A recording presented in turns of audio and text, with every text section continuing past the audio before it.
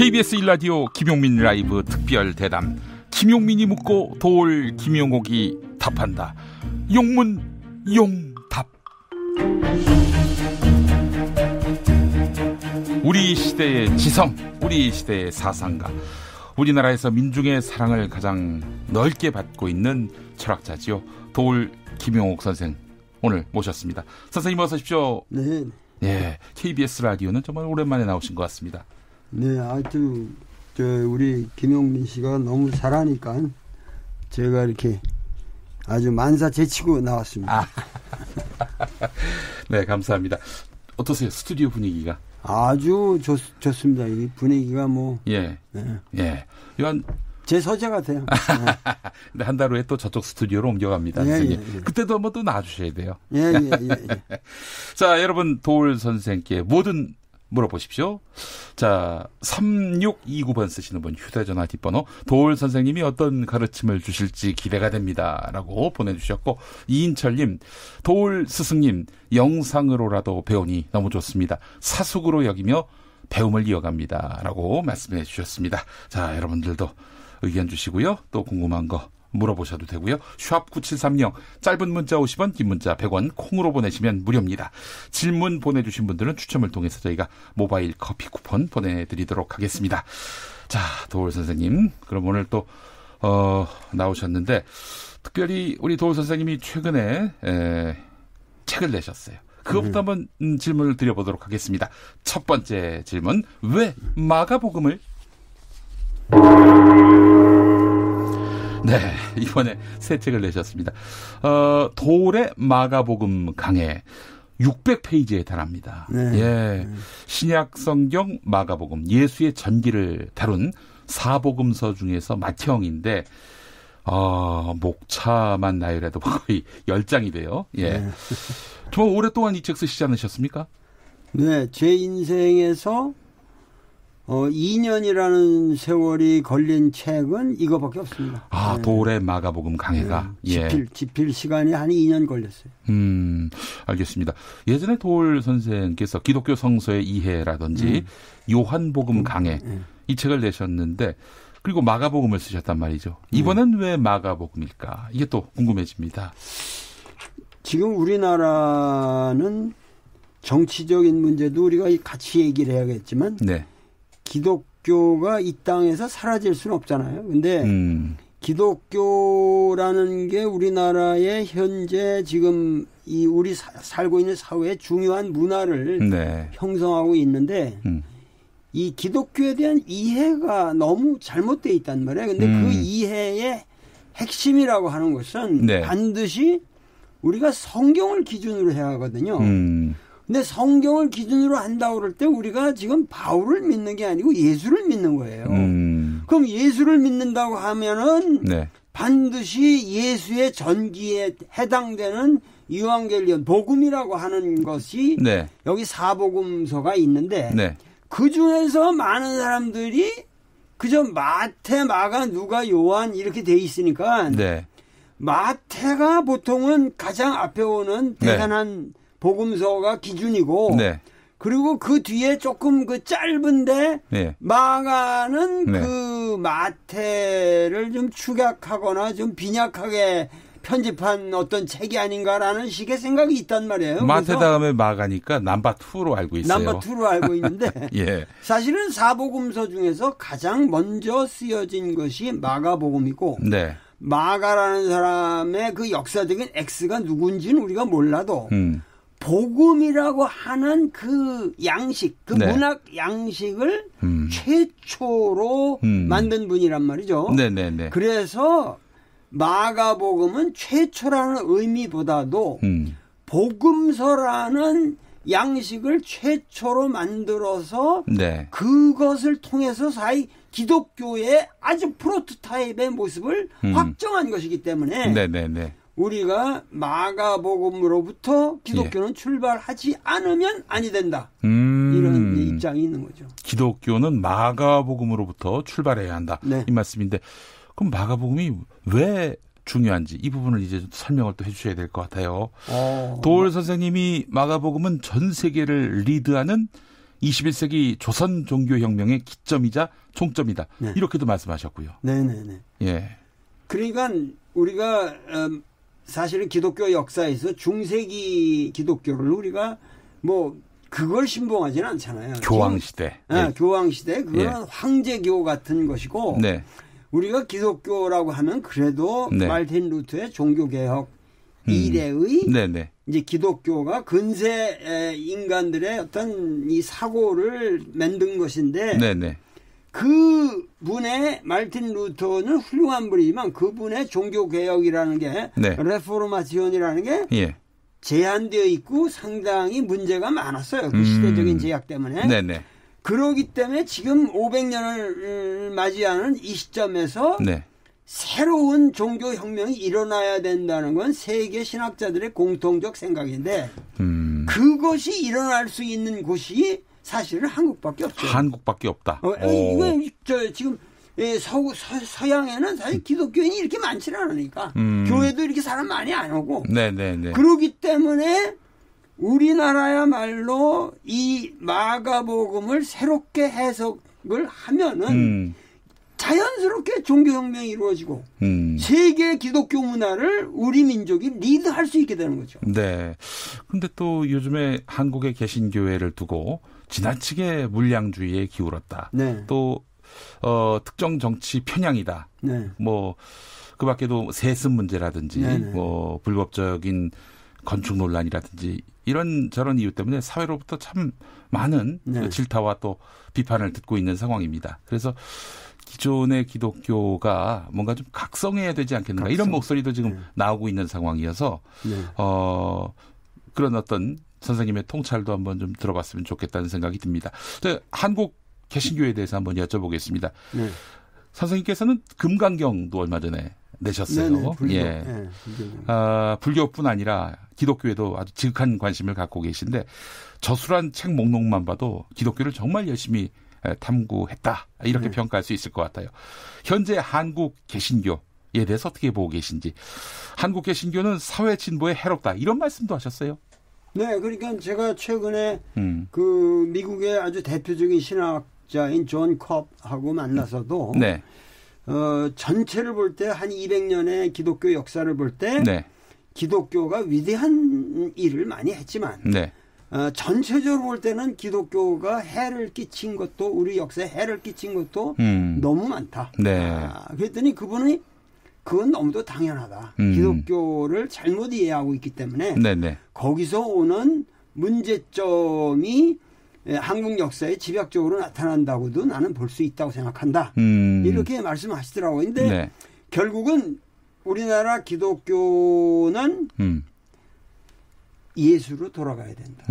정말 예수님 말씀을 알아야 된다. 네네. 그 많은 사람들이 나보고 무신론자니 뭐 무슨 뭐 여러 가지 얘기를 하는데 일각에선 이단 시비도 걸어요. 시국을 하는데 예.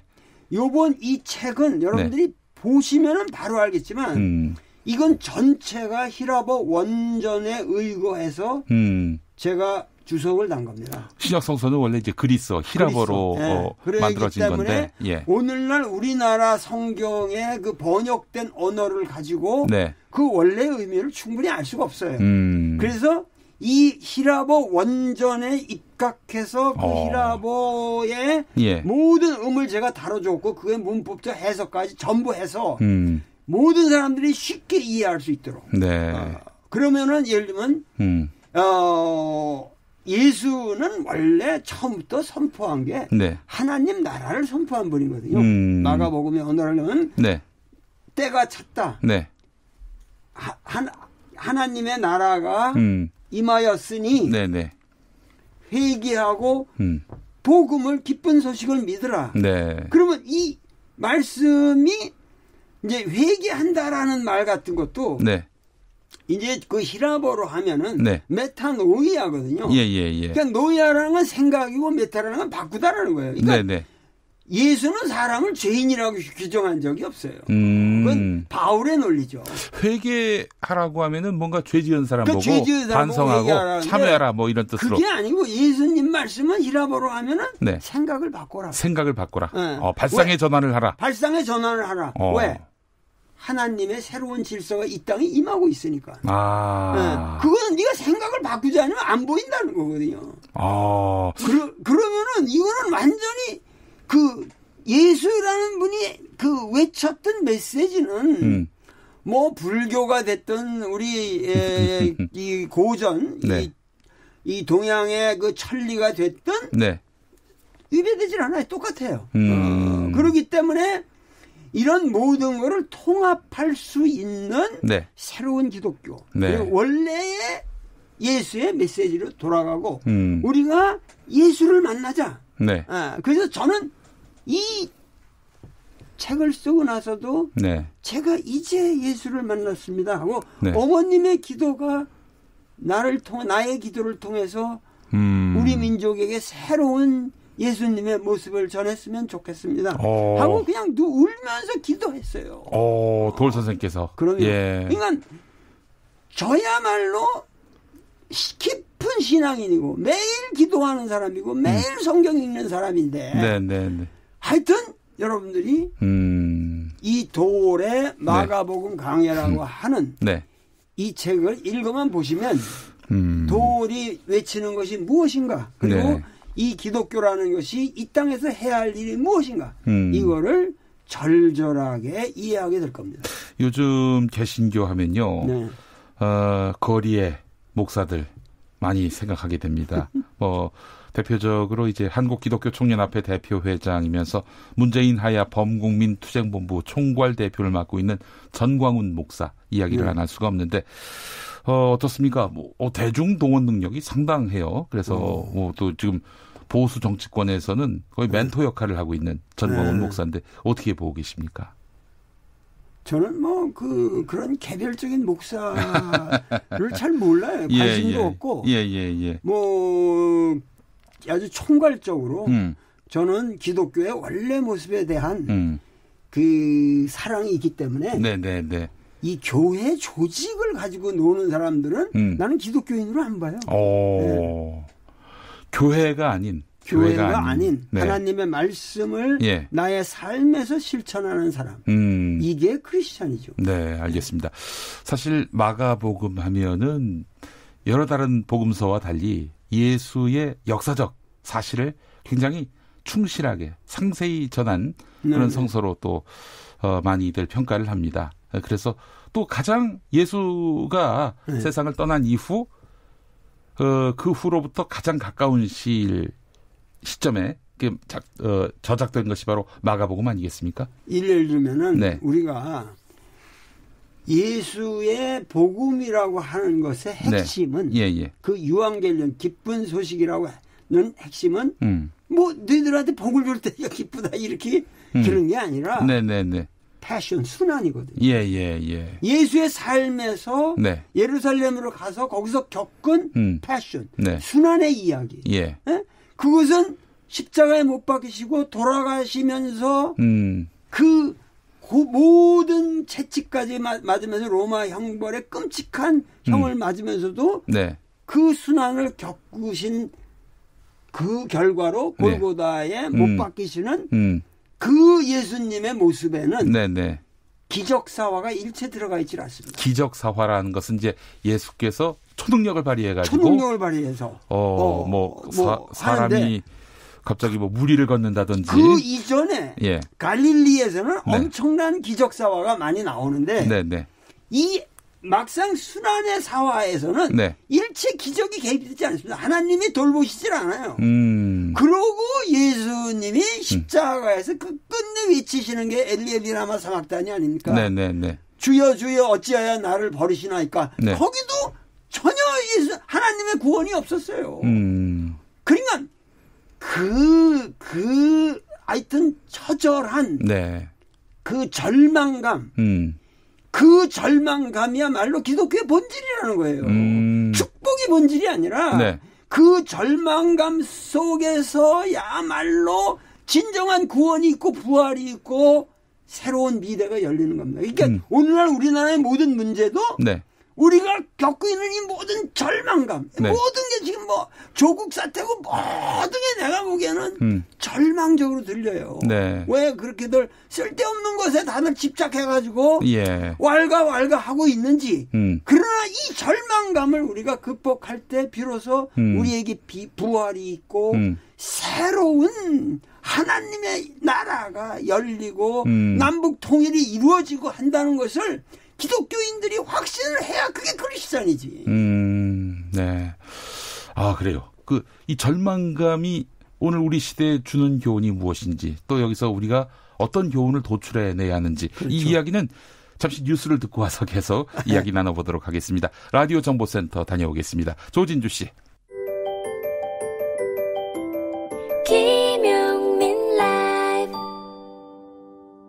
KBS 1라디오 김용민 라이브 특별대담, 김용민이 묻고 도올 김용옥이 답한다. 용문용답 함께하고 있습니다. 도올 김용옥 선생이 함께하고 있고요.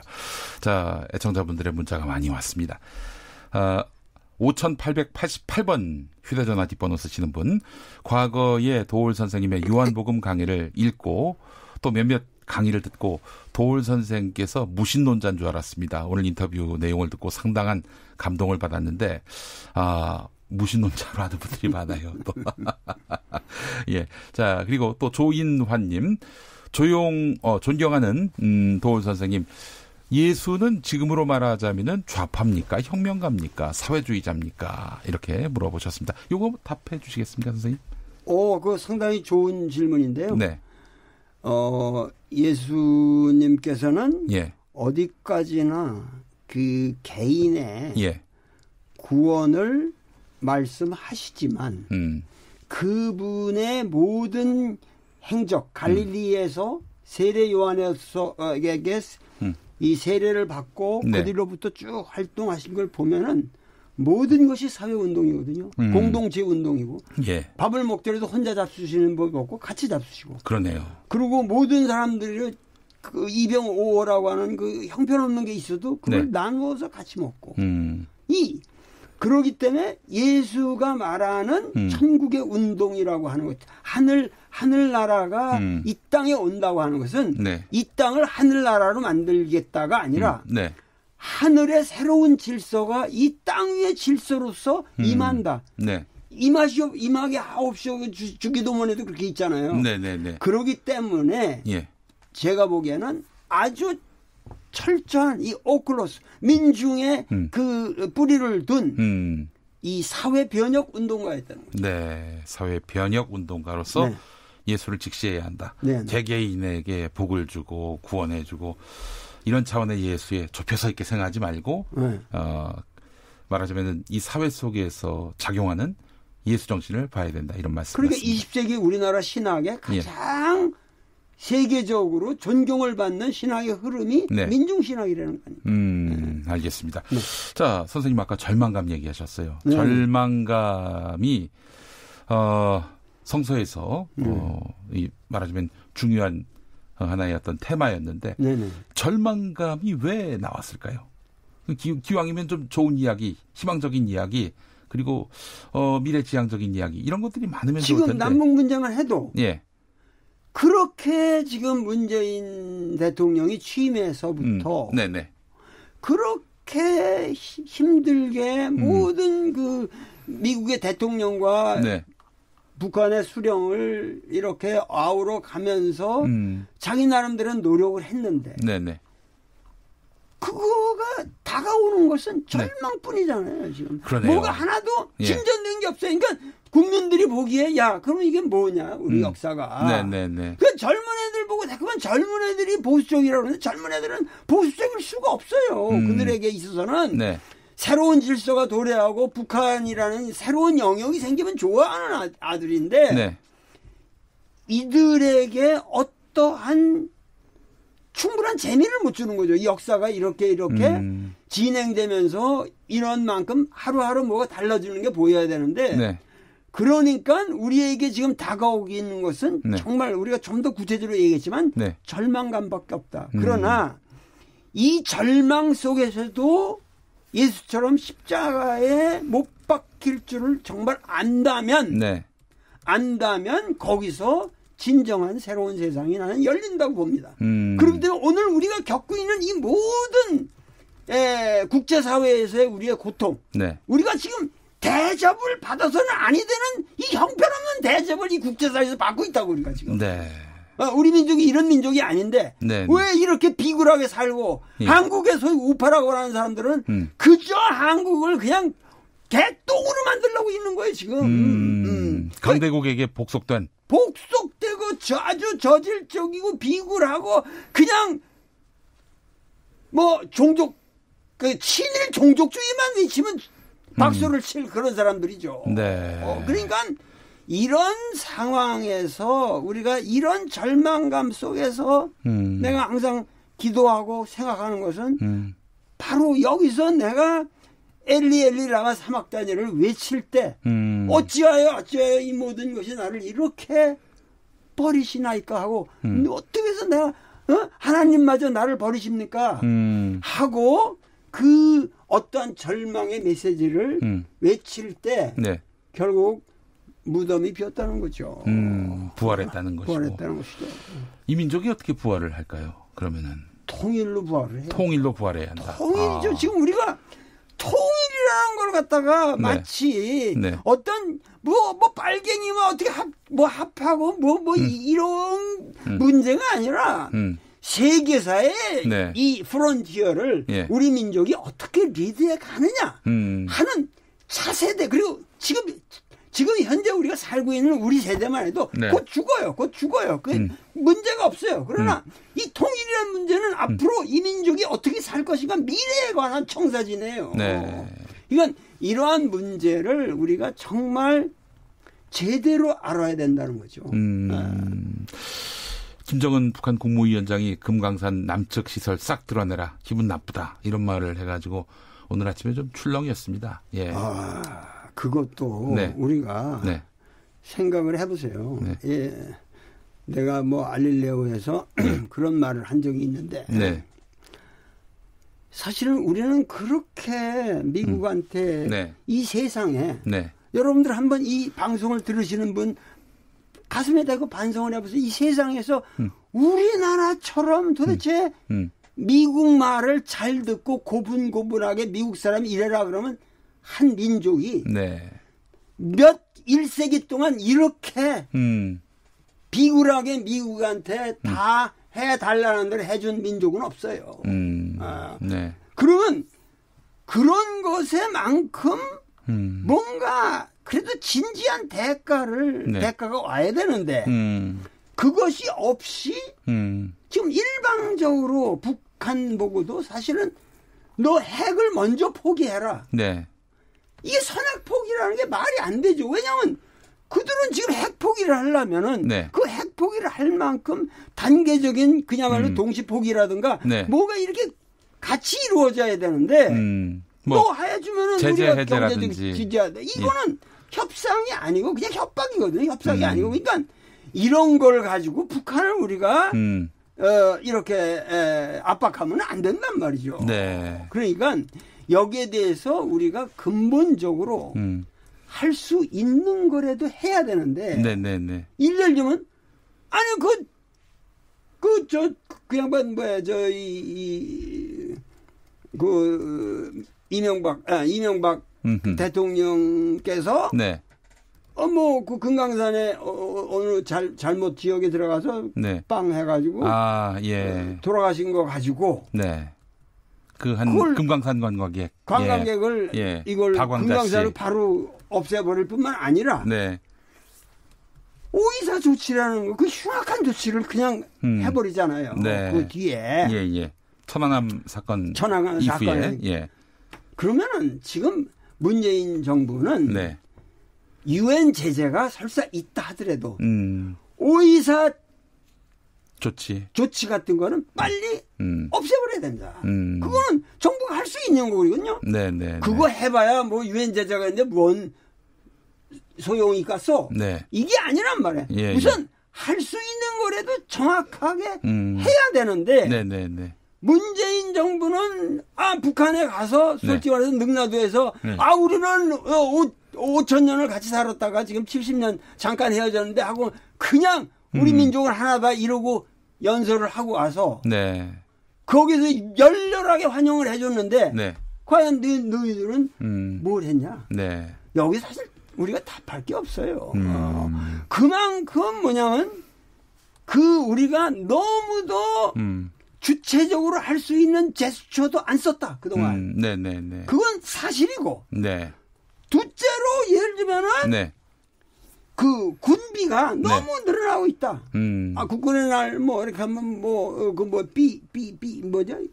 F-35인가? F-35 스텔스기가 그냥 막 몇십 대 날아다니고 이러니까 저 위에서 그게 제일 공포스럽거든요. 왜냐면 핵전쟁이 아닐 적에 가장 일반 전쟁에서 공포스러운 건 그런 거란 말이야. 북한은 그런 게 없으니까. 네네네. 그러니까 또 한국 전쟁 당시에 어마어마한 또 폭격을 당해가지고 미군 폭격에 대한 트라우마가 또 있어요. 사실 북한 사회가. 그러니까 그런 것도 조금 그런 것도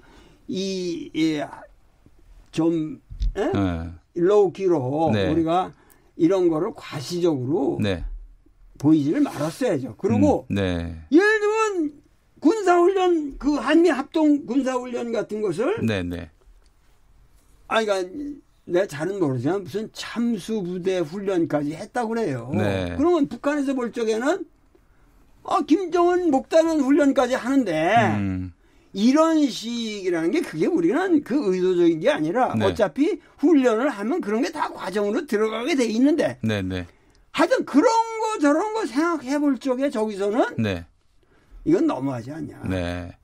이거를 우리가 반드시 저는 북한 편이 아닙니다. 이 여러 가지 상황에서 그들을 우리가 이해를 해야 된다. 이거에 대해서 그냥 맹목적으로 반응하면 안 되고 저기다가도 예를 들면 우리가 그 김정은한테도 사실은 이러이러하게 우리가 제스처를 쓰고 있지만 우리는 모든 게 이 규모가 크고 이 교역 관계라든가 이런 게 복잡하니까 미국 말을 듣는 방식도 이렇고 일본과의 관계도 이렇고 이러는 것이 불가피한 이러이러한 게 있다. 그러나 우리는 이런 최선의 노력을 하고 있으니까 기분 나쁘게 생각하지 말고 단계적으로 어떻게 노력하겠다. 이런 것을 편지를 해도 개인 편지를 해도 써서 알리고 그렇게 하면서 단계적으로 해야 되는데 저 북한에서 막 그냥 겁주는 말 같은 거 하면 별말 아니다. 이러고서 개무시를 한 거야 결국. 그러니까 저기서도 이제 화가 날 때는 나가지고 와서 그렇게 외치는 건데 이런 것은 우리 국민들도 조금 더 너그럽게 북한에 대해서 너그럽게 이런 것을 그 나름대로 이유가 있다. 그러면 우리가 이런 것에 대해서도 조금 더 적극적으로 북한의 호응을 얻을 수 있는 조처를 해가면서 역사를 조금씩 더 진전시켜야 될 거 아닌가. 저는 이렇게 생각합니다. 네, 알겠습니다. 민족의 운명을 민족 스스로 개척해 나가야 한다. 문재인 대통령이 이렇게 이야기를 했었고요. 능라도 경기장에서 또 아주 큰 박수를 받았었는데 남북 관계가 이렇게 썩 진전되지 못하는 현실. 이게 참 안타까운 현실입니다. 선생님, 이거 돌발적으로 이 질문 한번 드려보겠습니다. 그 대학생 진보연합 회원들이 주한 미국 대사관저에 들어가서 미군 지원군 5배 증액을 요구한 대사는 주한 미국 대사는 이 나라를 떠나라. 뭐 이렇게 시위를 벌였어요. 그 담 넘어가가지고. 그래서 학생 4명은 구속이 됐는데요. 어떻게 보셨어요? 이 사안에 대해서. 그러니까 예로부터 우리나라는 이 이승만 정권이 출범하면서부터 미국을 하나의 절대적 지지 세력, 절대적 강자, 우리의 모든 운명을 결정할 수 있는 절대적 세력이라고 믿게 만들었고 그것에 의해서 철저한 반공 세계를 구축해 왔기 때문에 뭐 반미 데모다 이런 건 굉장한 것처럼 알지만 우리가 옛날 문부식 사건이라든가 미 문화원 사례들 그것도 되지만 80년대. 사실 우리나라 전 세계적으로 보면은 그 반미 데모라고 하는 건 전 세계의 상식입니다. 그거는 우리나라에만 있는 것도 아니고. 전 세계 반미 데모라고 하는 거는 도대체 없는 나라가 없는 거죠. 네네. 근데 우리나라만 그런 거 가지고도 예. 그냥 무슨 거대한 악마적 행위처럼 생각하는데. 예. 좀 학생들이 나 같은 어른 입장에서는 그건 너희들 잘했다 이렇게 할 수는 없죠. 네. 그렇게 말은 할 수 없겠지만은 예. 어찌 보면 세계사적으로 볼 때 우리는 너무도 미국의 이러이러한 네. 어떤 발언이나 행동에 대해서 미국이 취하는 행동이 세계사를 이끌어가는 리더답지 못할 때 우리 국민이 미국 국민들을 계몽시키는 거대한 데모도 해야 되고 그러면서 평화적으로 지금 미국의 정치인이 이 동아시아 질서를 만들어가는 태도가 그저 어떻게 하면 중국 견제할까? 어떻게 하면 일본을 갖다가 부추겨서 이 동아시아를 압박시킬까? 그러면서 한국은 분단시켜도 여기서 진양 우리 무기 장사나 해먹자. 사실은 이런 방식으로 우리 역사가 능멸을 당해온 거거든요. 그럼 그러한 데 대해서 우리 국민이 사실은 촛불 시위 같은 거, 200만, 300만이 모인다고 그러는데, 그런 강남에 모이는 거를 미국에 호소하는 데모를 해야 돼요. 우리 역사를 당신들이 도와야 된다. 그리고 남북 화해가 이루어질 수 있도록 우리 민족에게 이 땅에 전혀 그 전쟁의 위험이 없도록 당신들이 도와야 된다. 그러면 당신 얼마나 군대 여기서 환영받을 수 있고 우리도 박수 쳐준다. 그렇게 하면서 유럽의 지성인들에도 호소하고 나도 그래서 머지않아지면 유럽의 지성인들에게 전 세계인에게 호소하는 글을 쓰려고 그래요. 그러세요? 네네. 뭐라고 호소하시겠습니까? 통일 문제에 대해서 도와달라. 이 세계 지성인들이 알아야 된다. 마치 우리가 서로 스스로 여기서 막 서로 싸우면서 서로 그냥 물 뜯어 죽이고 싶어서 안달하는 걸로 생각하고 있거든요. 근데 우리 민족은 평화를 사랑하는 민족이고 이러한 문제에 대해서 세계사적 통찰이 있고 이미 고려 시대 때부터 8만 대장경을 만든 우리가 지금도 우리가 이런 세계사를 리드하는 BTS가 영국에 와서 그렇게 저기 하고 이러는 게 그 BTS의 문제가 아니라 우리 민족의 저력이 이렇게 위대하다. 그래서 이러한 저력은 통일 문제에 있어서나 모든 학문적 정치학적인 모든 생각에 있어서 우리는 오히려 당신들 서구인들을 능가하는 그런 위대한 사고를 하고 있다. 그래서 우리 가치관을 내가 새롭게 보여주려고 그렇게 생각하고 있습니다. 알겠습니다. 제가 아직 도올 선생의 마가복음 강해를 읽어보지 못했는데 가장 궁금한 부분이 있습니다. 뭐냐면은 마가복음에는 예수와 대척점에 섰던 사람들이 있습니다. 바로 로마 제국에게 기댔던 또 그런 로마에 대해서 불편한 마음을 갖고 있지만 예수를 죽이기 위해 제거하기 위해서 로마와 결탁했던 유대 종교 기득권 세력들. 대제사장, 바리새인, 사두개인, 무궁무진하죠. 이런 사람들은 도올 선생께서 어떻게 보셨을까? 그러니까 그들을 오늘의 또 그들과 유사한 기득권 세력들이 있다면은 누구를 꼽을 수 있겠는가 하는 이 점이 굉장히 궁금했습니다. 그러니까 우리 사회에 사실은 그런 세력이라는 것이 우리는 지금 자꾸만 이런 어떤 위기의 시대가 오니까는 그들을 너무 부풀려요. 우리 언론 자체가. 근데 사두개인이나 바리새인은 소수예요. 여기서 언제든지 그건 소수라고. 그들이 동원해서 뭐 집회에 나온다고 그래봐야 그 사실 그거 믿고 정치하라고 그러세요. 그 한국당인가 무슨 한국당?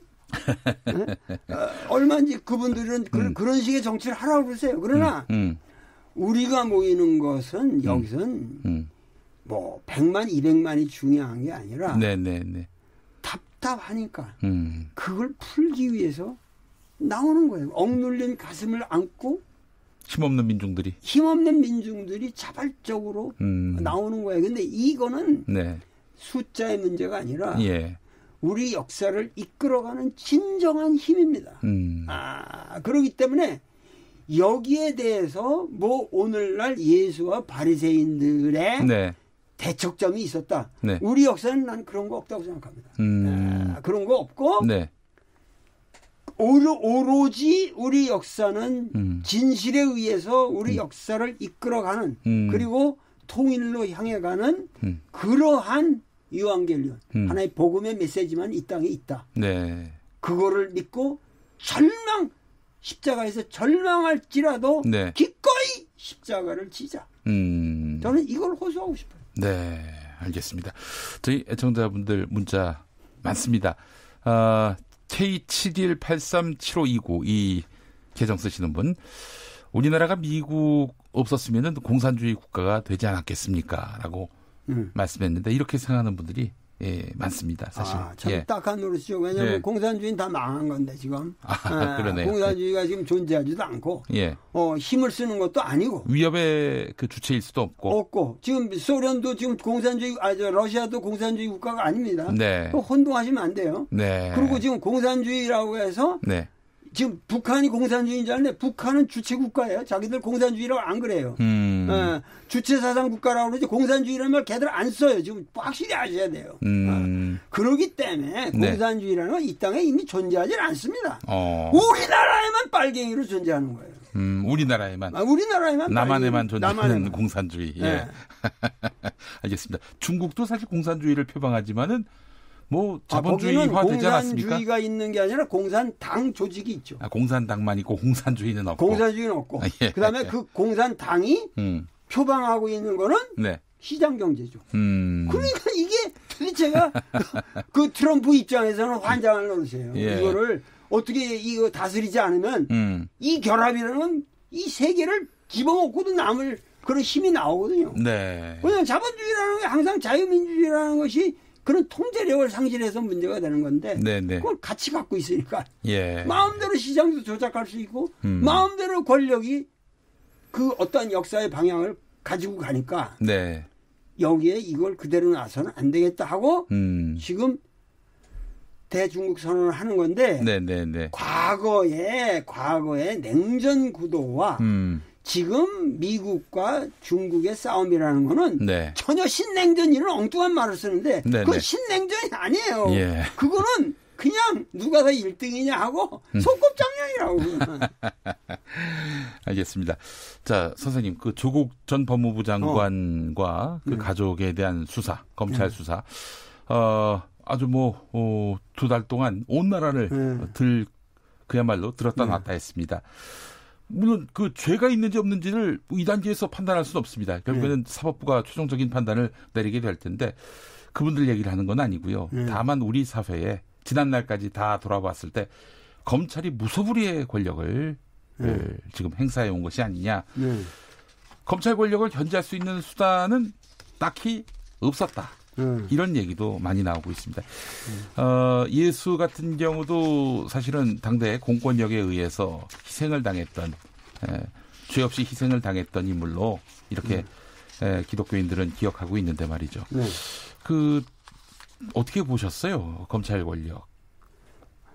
그것이 말이죠. 예. 이 검찰이라고 하는 거는 사실 엄밀하게 사법부가 아니잖아요. 그렇습니다. 자기들은 준사법기관이라고 말합니다만 사실 행정부에 소속돼 있는 거고 네. 법무장관의 지휘를 받는 기관이에요. 네.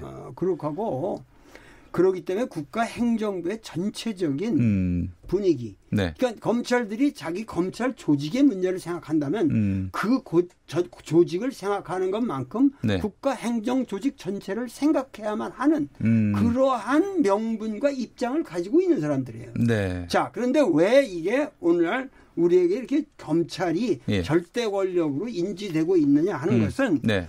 1954년 9월 23일 날 네네. 소위 말해서 형사소송법이라는 게 마련됩니다. 우리나라 법제적으로. 네네. 그 형사소송법에서 그야말로 그 전권을 검찰에게 줬단 말이죠. 그전에는 이제 말하자면 순사들, 형사, 그런데 경찰한테. 그것이 그 당시는 우리 검찰께서 아셔야 되는 것이 당시는 검찰이 도덕성이 있었습니다. 뭐냐면 경찰은 수사할 능력이 없을 뿐만 아니라 네. 전부 친일 나부랭이가 되고 노독술 같은 사람들이었기 때문에 노독술. 예. 그때는 뭐냐면 이 제대로 교육받은 이들에게 정권을 주지 않으면 우리나라가 큰일 나겠다는 우국지사들이 형사소송법에서 네. 모든 수사권까지 경찰한테 준 겁니다. 이 검찰한테. 그러니까 네. 이 검찰은 그런 의미에서 국가의 기강을 잡는 네. 훌륭한 기관으로서 성장해온 거예요. 네. 그렇기 때문에 나는 어느 편을 드는 것도 아니고 네. 그런 입장인데 오늘날은 그렇게 절대 권력을 갖다 보니까 많은 부패도 생기고 네. 자만감도 생기고 예. 요즘 같이 괜히 쓸데없이 쑤셔대지 않을 것도 쓸데없이 쑤셔대고 이렇게 되니까 예.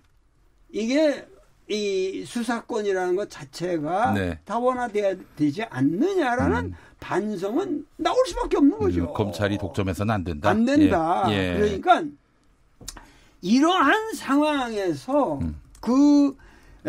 형사소송법도 재조정해야 될 필요도 있고 또 경찰이 옛날 경찰이 아니잖아요. 경찰 대학이 있고 네. 거기서 나온 엘리트들이 있고 지금 숫자적으로 경찰은 그래서 한 10만 되는데 네. 이 검찰은 뭐 1,000명 정도 뭐 많아 2,000명 정도라는데 그런 이 상황에서 그래도 경찰한테 합리적인 네. 그 권력을 좀 분산할 수 있는 건 해야 된다 네. 하는 것이고 그 검찰이 지금 너무 과도하게 그 이렇게 그 장관 위에 서서 장관을 지휘하고 이런 식으로 대통령 위까지 올라가는 그런 느낌을 네. 그 국민에게 준다고 하는 것은 네. 검찰 자체의 존립 위기를 맞이하는 네. 것이기 때문에 예. 검찰 스스로 반성을 해야 되고 근데 이런 검찰을 부추기고 있는 언론이 내가 보기엔 한심한 거 언론이 예. 반성해야 된다고 항상 그냥 마음대로 언론 요새 글 쓰는 거 보면 그 뭐 문재인 대통령도 반성 안 한다. 지들은 반성 안 하면서 그러니까 예. 이게 언론이고 검찰이고 모든 사람들이 여기에 대해서 물론 조국도 반성할 게 있겠죠. 내가 뭘 말하겠습니까? 그러나 이런 것들이 지금 우리가 이런 문제의 역사가 붙잡혀 있을 때가 아니라는 거죠. 하루하루가 지금 일본과의 문제도 이거 근본 이거 큰 문제예요. 오늘 올해 안으로 조일 자기들 수교 북일 수교를 위해서 네. 지금 온갖 작전을 짜고 있는데 네. 만약 올해 내로 먼저 북일 정상회담이 이루어져서 네. 수교가 이루어지고 네. 신간생을 갖다가 원산에서 저 신의식까지 그냥 놔버린다. 네. 어떻게 할 거야? 그러면 우리는 모든 걸 빼앗기는 거예요. 주도권을 일본한테. 네. 그러니까 지금 이러고 있을 때가 아니라고 조국 문제는 그냥 다 털어버려요. 알겠습니다. 말씀 나온 김에 한일 관계에 대해서도 한번 좀 말씀해 주시죠. 새 일본 왕이 즉위식을 가졌고 이낙연 총리와 아베 총리가 만날 예정인데 앞으로의 한일 관계는 어떻게 갈 거라고 보시는지 또 어떻게 가야 한다고 보시는지. 한일 관계는 네. 이건 이순신 이래의 문제예요. 이순신 이래의 문제다. 그러니까 뭐냐면 예. 이순신 때 얘들이 우리를 깔보고 왔고 그래가지고 그 끔찍한 짓을 했고 토요토미 히데요시가 네.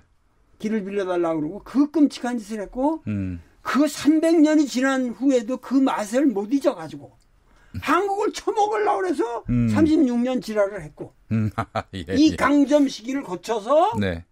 오늘날 또다시 네. 아베가 나와서 네. 먹으려고 하는 거예요. 한국을. 네. 어떻게 하지? 자기들 나름대로 요리하려고 하는데 네. 이런 상황에서 네. 우리가 할 수 있는 일이라는 건 없습니다. 그거는 일본의 양심에 우리가 물어야 되고 네. 그것은 일본이 반성해야 할 문제지. 유럽의 모든 문제는 독일 수상 빌리 브란트가 유대인 그 학살 현장에서 무릎을 꿇고 빌었기 때문에. 네. 그러면서 그분이 하신 말씀이 뭔지 알아요? 인간의 언어가 끝나는 시점에서 내가 알 수 있는 일은 무릎 꿇는 것밖에 없었다. 아, 그랬죠. 예. 그러니까 이런 분들의 이러한 예지가 네. 오늘의 유럽을 만들고 그래도 전후 질서를 만든 거고 그렇게 해서 뭐냐면 EU라고 하는 공동체도 생겨난 것인데 네네. 지금 일본이 뭐 하고 있냐는 거야. 그러니까 여기에 대해서 우리 젊은이들이 야 화이트리스트 제거 웃기지 마. 너 우리는 안 간다. 그러면 우리나라의 젊은이들은 다 아직도 이순신의 정신을 가지고 노량에서 우리가 죽을지언정 네. 일본에게 우리 항복 안 한다. 이 스탠스 원칙을 정부는 고수해야 됩니다. 네. 그리고 우리 국민은 끝까지 이러한 문제에 대해서는 네. 확고한 자세를 가지고 위대하게 행동해 나가야 됩니다. 네, 알겠습니다. 일제강점이 끝난 지 70년이 지난 시점인데 퇴행적인 역사 인식을 가진 이들이 대두되고 있습니다. 네. 위안부 피해자분들, 무슨 그분들이 돈 벌러 갔다느니, 강제징용당한 분들이 직업을 구한 것이다. 이런 식으로 얘기하고 있는데 선생님 정말 답답하셨을 것 같아요. 그 얘기 들으시고. 참 이 문제는 네.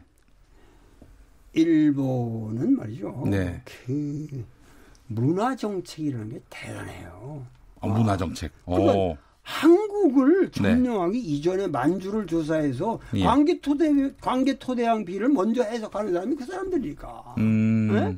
그러니까 이게 이 단수가 보통이 아니라고. 그러니까 인류학을 동원하든 역사를 동원하든 무슨 걸 동원하든 다 저기 한데 우리나라의 모든 이 일본에 아부하는 세력들은 죄다 직간접적으로 일본의 이러한 문화 정책의 희생자들이에요. 희생자들이다. 그리고 뭔가 다 받은 거죠. 뭔가 받은 게 있다. 받은 게 있다. 예. 그렇기 때문에 예. 그야말로 우리나라에는 너무도 그런 간첩들이 너무 많아요. 우리 이 지식사회라든가 그래서 우리 젊은이들이 노인들은 같이 그 사람들하고 춤춰도 좋은데 우리나라의 젊은이들은 그야말로 이런 새로운 비전을 가지고 그런 사람들에게 속을 수는 없죠. 항상 지식을 가지려면 포괄적으로 우리 젊은이들이 포괄적으로 알면 사도 바울도 그랬잖아요. 온전하게 알 때 그냥 거울을 들여다보는 게 아니라 뿌연 거울을 들여다보면 맨 얼굴 쳐다보듯이 그렇게 세상을 알게 되면 정말 너희들이 이 세상을 인간과 이 세계를 사랑하게 되리라. 그러니까 우리가 전체를 알아야 됩니다. 전체를 알아야 되고 젊은이들이 그런 전체를 파악할 수 있도록 우리가 많은 기회를 줘야 되고. 알겠습니다. 선생님이 이제 마무리할 시간 됐습니다. 한 40초 정도 시간이 있는데 끝으로 우리 애청자분들께 들려드리고 싶은 말씀 전해주시죠.